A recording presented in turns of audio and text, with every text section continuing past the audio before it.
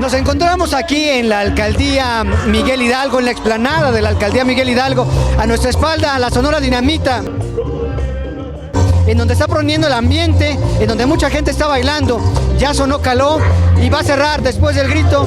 Bueno, pues estará sonando el grupo Nietzsche, así que la alcaldía Miguel Hidalgo, con mucho ambiente y mucha gente, ha respondido a esta convocatoria. ¿Cómo vives este 15 de septiembre?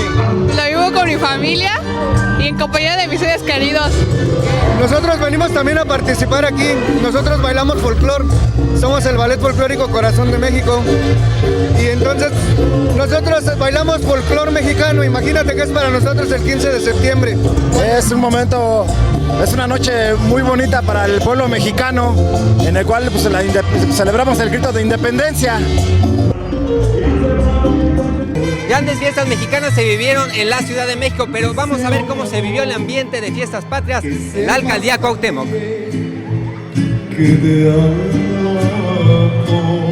Con la hija, ¿por qué es importante seguir celebrando estas fiestas patrias? Porque somos mexicanos y no hay que perder la tradición.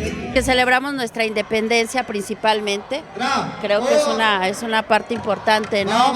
Y o sea, es cuando mostramos nuestra identidad de ser mexicanos, para recordar nuestra historia y todas nuestras raíces y tradiciones. Nos encanta porque somos mexicanas y se siente la alegría, hay que festejarlo.